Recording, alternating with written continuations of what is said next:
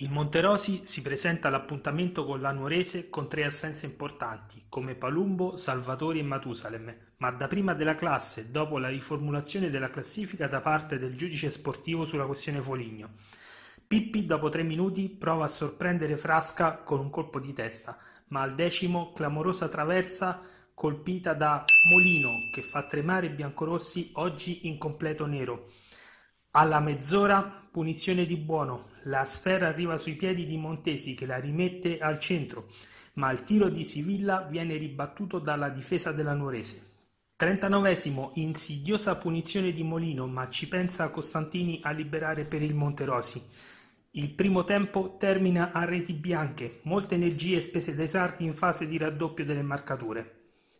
Parte la ripresa e il Monterosi passa subito in vantaggio. È il minuto 2, traversone di Sivilla. Pippi viene atterrato ma la palla arriva sulla testa di Piro che con un pregevole pallonetto di testa scavalca Frasca. Grande festa sugli spalti. Secondo gol consecutivo per l'esterno biancorosso che sblocca il risultato. Al minuto 8 la Nuorese prova a reagire al colpo a freddo. Curcio riesce a mettere una palla in mezzo, ma l'incornata di Molino è controllata da Mazzoleni. Al 18° problemi alla spalla per Piro, al suo posto entra Peronullo. Nuorese che non molla, al 24° della ripresa il neoentrato Botti si gira bene in area, ma Mazzoleni è in presa sicura.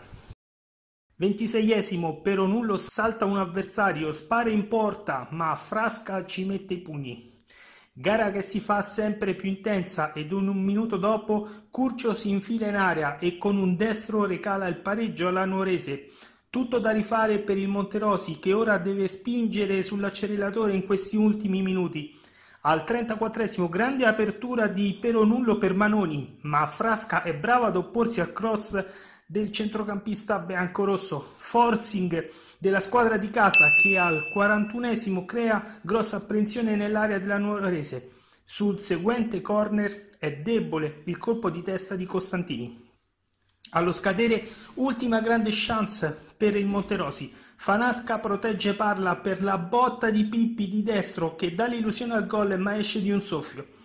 4 minuti di recupero ma il Monterosi non riesce a sfondare il muro della Nuorese che esce dal Martoni con un prezioso punto. Occasione persa per la squadra di D'Antoni raggiunta in testa alla classifica dall'Arzachena a 60 punti.